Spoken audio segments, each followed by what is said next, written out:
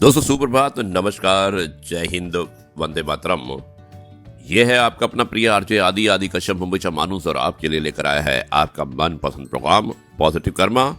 आज है episode number 259 यानी कि 259, 22 जनवरी शुक्रवार का दिन। और दोस्तों मैं वापस मुंबई आ चुका हूं, तो ये प्रोग्राम आज मैं मुंबई से प्रसारित कर रहा हूं।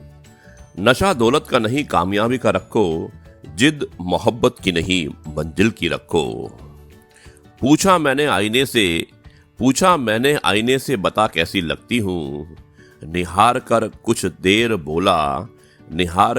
देर बोला, मस्तिष्क पर रेखाएं नजर आ रही हैं, पर इनमें फिक्र अपनों की है। अभी जिंदा हूं तो बात कर लिया करो, मरने के बाद मैंने बात करनी शुरू की तो ताबीज बनवाते फिरोगे। दोस्तों ये है आपका अपना प्रिय आरजे आदि कश्यप मुंबईचा माणूस। किसी की अच्छाई देखनी हो तो उससे सलाह लो, और किसी के गुण देखने हो तो उसके साथ भोजन करो। किसी की आदत देखनी हो तो उसे सम्मान दो, और किसी की नीयत देखनी हो तो उसे कर्ज देकर देखो। दोस्तों आरजे आदि कश्यप मुंबईचा माणूस। गीता और समुद्र दोनों ही गहरे हैं, पर दोनों की गहराई में एक फर्क है। समुद्र की गहराई में इंसान डूब जाता है, और गीता की गहराई में इंसान तर जाता है। जय श्री कृष्णा। दोस्तों आरजे आदि कश्यप मुंबईचा माणूस। अब मैं आपको एक कविता सुना रहा हूं, और ये कविता मेरे दोस्त हैं सुनील अग्रवाल, जो हैदराबाद में रहते हैं, उन्होंने भेजी है। और मुझे उम्मीद है कि ये कविता आपको पसंद आएगी। सुनिएगा ये कविता सुनील अग्रवाल, हैदराबाद से। मैं तजुर्बे के मुताबिक खुद को ढाल लेता हूँ। कोई प्यार जताए तो जेब संभाल लेता हूँ। नहीं करता थप्पड़ के बाद अब दूसरा गाल आगे। खंजर कोई खींचे तो तलवार निकाल लेता हूँ। वक्त था जब सांप की परछाई डरा देती थी। अब एक आध को तो मैं आस्तीन में पाल लेता हूँ। दोस्तों कितना अच्छा लिखा है। और सुनिएगा आगे। मुझे फांसने की कहीं कोई साजिश तो नहीं। हर एक मुस्कान ठीक है, जांच पड़ताल लेता हूँ। बहुत जल चुका उंगलियां मैं पराई आग में। अब कोई झगड़े में बुलाए तो मैं टाल देता हूँ। और दोस्तों अंत में लिखा है, बहुत सहज के रखा था दिल, जब शीशे का था।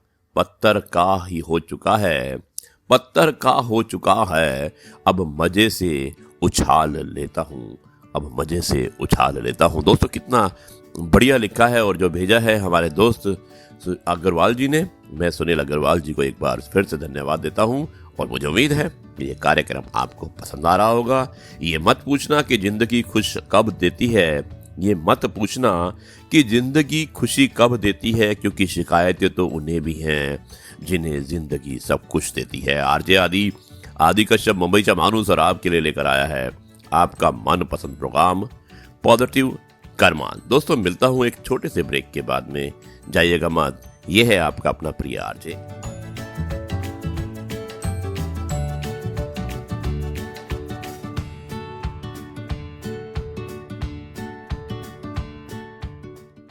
ये दोस्तों एक बार फिर आपका अपना प्रिय आरजे आदि कश्यप मुंबईचा माणूस और आपके लिए लेकर आया है आपका मनपसंद प्रोग्राम पॉजिटिव कर्मा।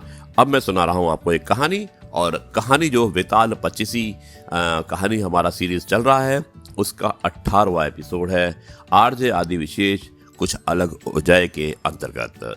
कहानी कुछ इस प्रकार है, और कहानी का शीर्षक है सबसे बढ़कर कौन। अंग देश के एक गांव में एक धनी ब्राह्मण रहता था। उसके 3 पुत्र थे। एक बार ब्राह्मण ने एक यज्ञ करना चाहा। उसके लिए एक कछुए की जरूरत पड़ी। उसने तीनों भाइयों को कछुआ लाने को कहा। वो तीनों समुद्र पर पहुंचे। वहां उन्हें एक कछुआ मिल गया। बड़े ने कहा, मैं भोजन चंग हूं, इसलिए कछुए को नहीं छूंगा। मंझला बोला, मैं नारी चंग हूं, मैं नहीं ले जाऊंगा। और सबसे छोटा बोला, मैं शैया चंग हूं, सो मैं भी नहीं ले जाऊंगा। ये तीनों इस बहस में पड़ गए कि उनमें कौन बढ़कर है। जब वे आपस में इसका फैसला नहीं कर सके तो राजा के पास पहुंचे। राजा ने कहा, आप लोग रुके, मैं तीनों की अलग अलग जांच करूंगा। इसके बाद राजा ने बढ़िया सा भोजन तैयार कराया और तीनों खाना खाने बैठ गए। सबसे बड़े ने कहा, मैं खाना नहीं खाऊंगा, इसमें मुर्दे की गंध आती है। और वो उठकर चला गया। राजा ने पता लगाया तो मालूम हुआ कि वो भोजन शमशान के पास के खेत का बना हुआ था। राजा ने कहा, तुम सचमुच भोजन चंग हो, तुम्हें भोजन की पहचान है। रात के समय राजा ने एक सुंदर स्त्री को मजले के पास भेजा। ज्यों ही वह वहां पहुंची तो मजले भाई ने कहा, इसे हटाओ यहां से, इसके शरीर से बकरी का दूध की गंध आती है। राजा ने यह सुनकर पता लगाया तो मालूम हुआ कि वो स्त्री बचपन में बकरी के दूध पर पली थी। राजा बड़ा खुश हुआ और बोला कि तुम सचमुच नारी चंग हो। इसके बाद उसने तीसरे भाई को सोने के लिए 7 गद्दों का पलंग दिया।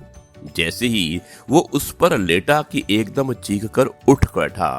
लोगों ने देखा उसकी पीठ पर एक लाल रेखा खींची थी। राजा को खबर मिली तो उसने बिछोने को दिखवाया। 7 गद्दों के नीचे उसमें एक बाल निकला, उसी से उसकी पीठ पर लाल लकीर हो गई थी।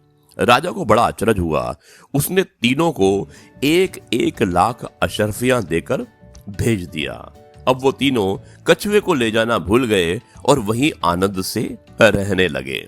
इतना कहकर बेताल बोला, हे राजन, तुम बताओ उन तीनों में से बढ़कर कौन था। राजा ने कहा, मेरे विचार से सबसे बढ़कर शैया चंग था, क्योंकि उसकी पीठ पर बाल का निशान दिखाई दिया और ढूंढने पर बिस्तर में बाल पाया भी गया।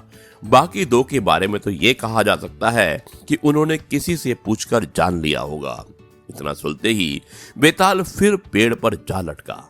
राजा लौटकर आया और वहां पर उसे वापस लेकर चल पड़ा और उसने सुनाई एक और कहानी। और वो कहानी क्या है, आप सुनिएगा आरजे आदि कश्यप विशेष में कल, जो हमारा एपिसोड नंबर 260 होगा। दोस्तों, आपको कहानी कैसी लगी आप मुझे जरूर लिख सकते हैं। यह है आपका अपना प्रिय आरजे आदि कश्यप बम्बईचा मानुस, और आपके लिए लेकर आया था आपका मनपसंद programme Positive Karma, episode number 259, 22 जनवरी शुक्रवार का दिन। अब मैं इस कार्यक्रम को यहीं पर समाप्त करता हूं। कल एक बार आपसे फिर मुलाकात होगी, नए कहानी, नए किस्से और नई बातों के साथ। तब तक के लिए मैं आपसे कहता हूं नमस्कार, जय हिंद, वंदे मातरम, भारत माता की जय।